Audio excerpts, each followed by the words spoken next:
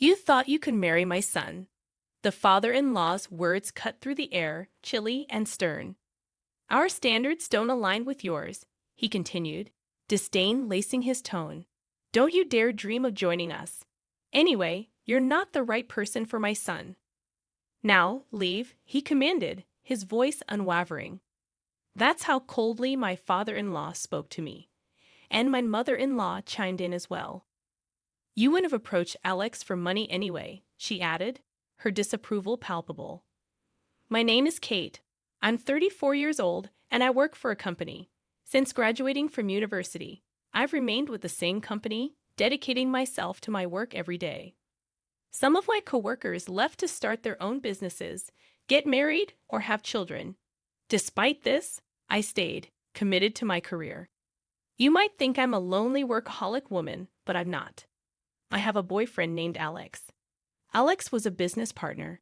Initially, I thought of him as a nice young man who took his work seriously.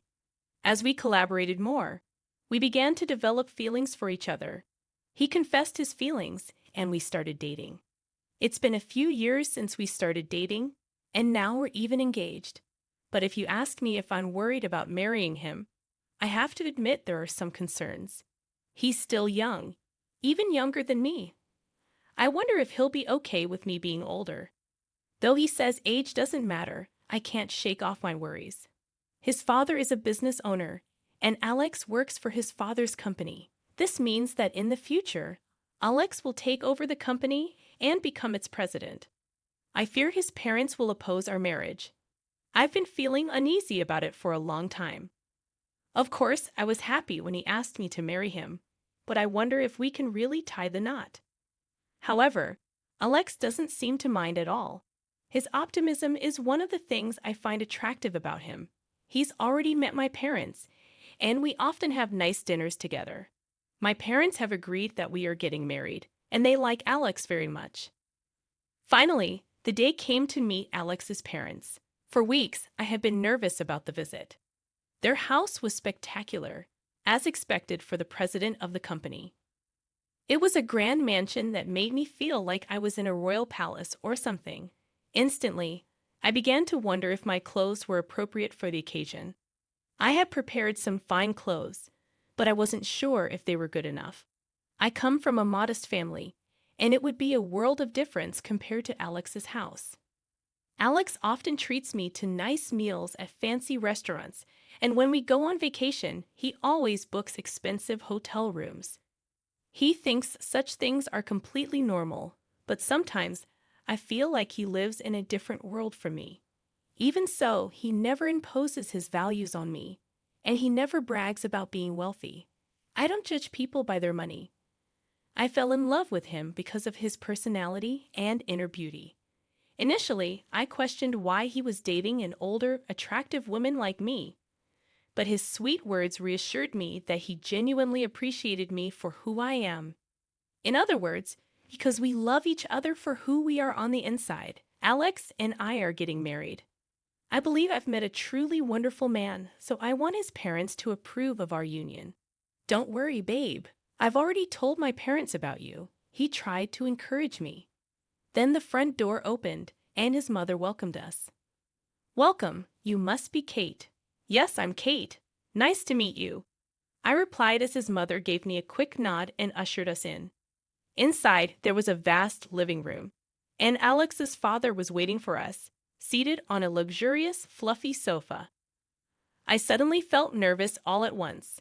Of course, I was nervous when I met his mother, but his father was even more intimidating, as one would expect from the president of a company.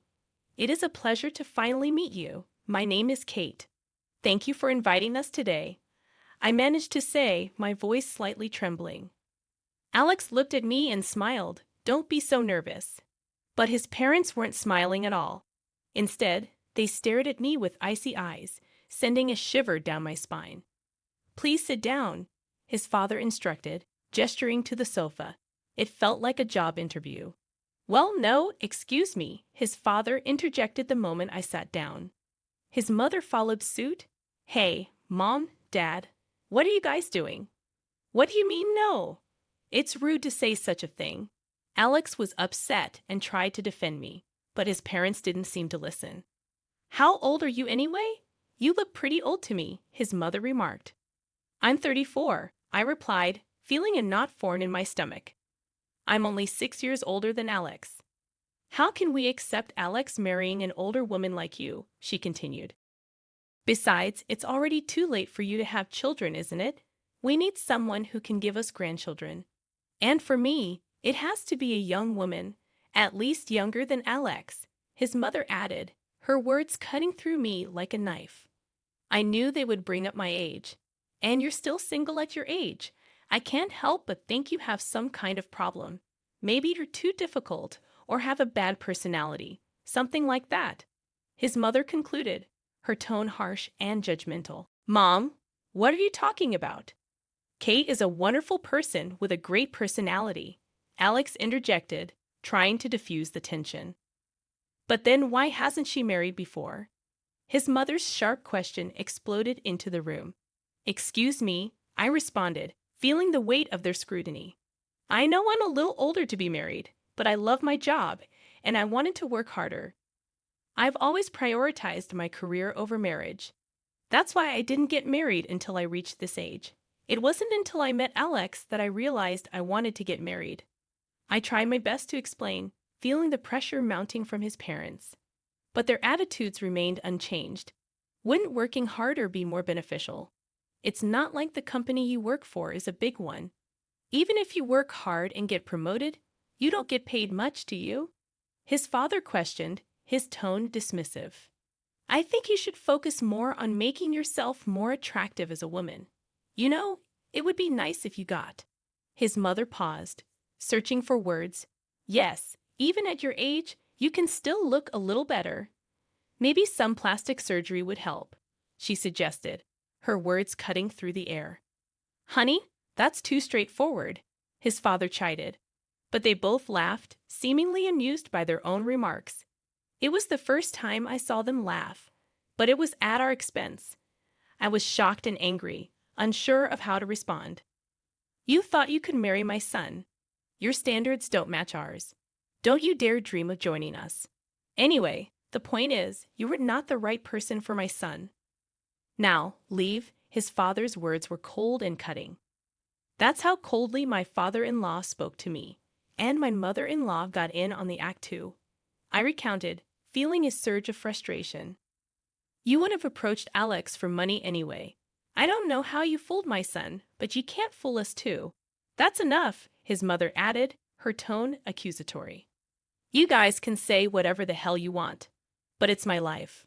I'm gonna decide who I'm marrying." Alex attempted to defend me, but I stopped him, placing a hand on his arm. "I see. I understand how you feel, but it's quite impolite of you to say such horrible things to me," I said, trying to maintain composure despite the hurtful words. "Despite the fact that we just met, I don't care if you were richer or not. It's not important to me. But if I were to become rich, I definitely do not want to be like you," I asserted, standing up abruptly. "We wouldn't have to have any more conversations," I added as I made my way to leave his parents' house. "You've got to be kidding me. Don't you dare insult us, you beggar. We will never allow you to marry my son." "I don't want to be related to people like you anyway," his father retorted angrily as I walked out. "You're such a disgraceful person. I'd like to see the face of the parents who've raised a woman like you," he continued, his words stinging with disdain. Ignoring his father's tirade, I left the house in frustration, leaving my parents behind. Their attitude was just too much to bear. Outside, Alex came running up to me in a panic. "Kate, I'm sorry. I never thought my parents would say something like that. I mean, it was a horrible thing to say, but maybe it's a good thing. It would have been a lot more pressured if we got married in that situation. Anyway, I'm leaving them. I'm not taking over Dad's company. I'm quitting that company too." "You shouldn't make such a decision in a rush," I cautioned, feeling conflicted. "I'm not. I really do love you, Kate. We didn't get together for money, so there should be no problem if I leave the house," he reassured me earnestly. "Well, that's true, but," I began, uncertain. Let's go to your parents' house and tell them about this, he interrupted, taking my hand and leading me away. My parents were surprised at our sudden visit, but welcomed us warmly. Over tea, we recounted what had happened. My father listened without saying a word until Alex mentioned his father's company. Alex, your father's company is called Space Sea, right? And your father's name is Patrick Smith? Yes, but why? Alex replied, puzzled. That's what I thought.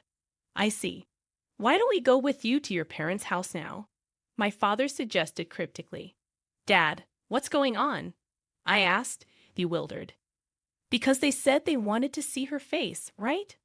Let's go show a face then, shall we? My father declared, surprising me with his resolve.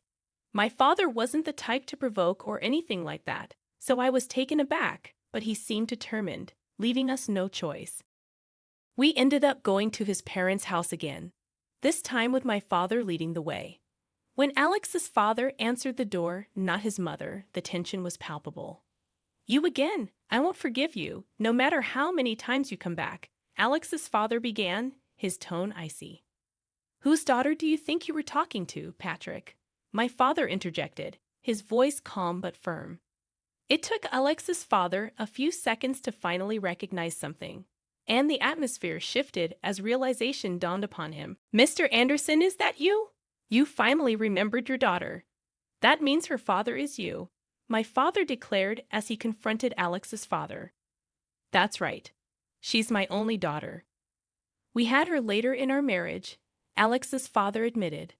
How dare you insult my precious daughter? Have you forgotten what I told you back then for 3 years? No, you see.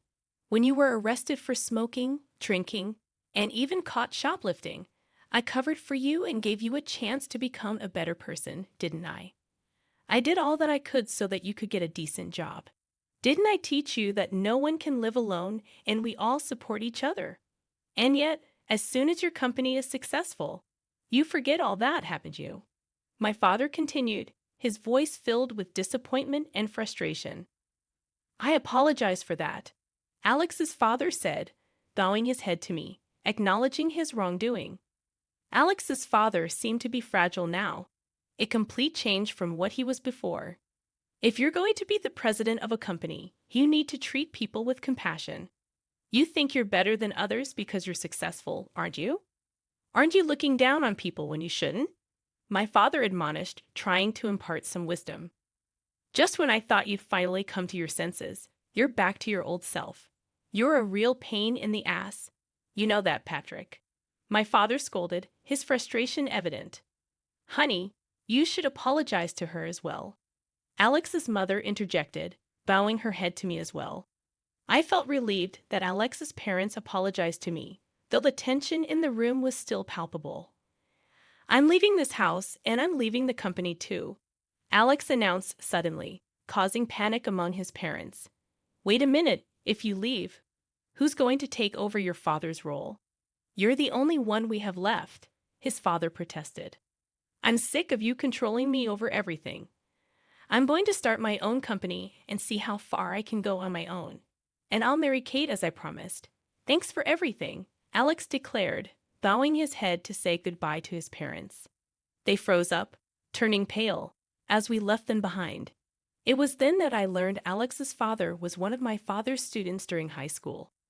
After Alex quit his job and started his own business, I continued working, supporting him as he pursued his entrepreneurial dreams.